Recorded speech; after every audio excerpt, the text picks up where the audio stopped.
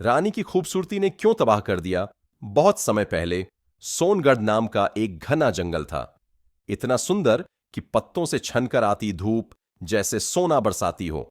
जानवरों में कोई डर नहीं था। शेर और हिरण एक ही नदी से पानी पीते। पक्षियों की आवाजों से सुबह होती और चांदनी में रातें नहाई रहती। इसी जंगल के बीच पत्थरों से बना एक महल था, रानी वैदेही का महल। रानी वैदेही की खूबसूरती वैदेही सिर्फ सुंदर नहीं थी, वो खूबसूरती की परिभाषा थी। लंबे काले बाल, कमल जैसी आंखें और ऐसा चेहरा जिसे देखकर लगता भगवान ने समय लेकर बनाया है। लेकिन सबसे खतरनाक था उसकी आंखों का सुकून। जो भी देखता बस देखता ही रह जाता। राजाओं ने युद्ध छेड़ दिए, राजकुमारों ने ताज छोड़ दिए, साधु संत तक उसका नाम जपने लगे। पर वैदेही हंसकर कहती, मैं किसी की नहीं हूं और किसी को बर्बाद करना नहीं चाहती।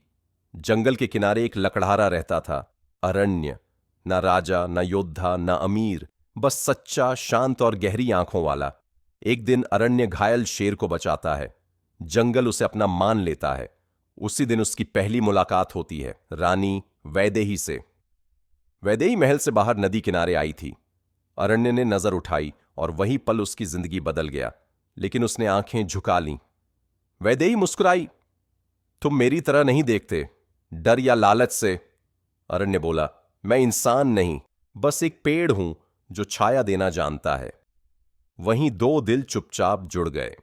जैसे जैसे रानी और अरण्य मिलने लगे, जंगल में अजीब घटनाएं शुरू हो गईं।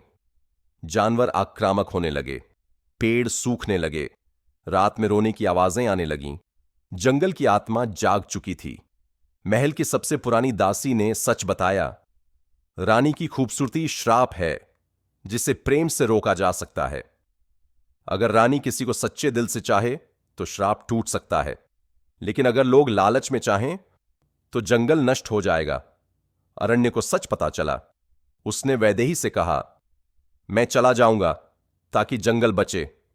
वैदेही रो पड़ी, अगर तुम गए तो मैं सिर्फ रानी रह जाऊंगी, इंसान नहीं।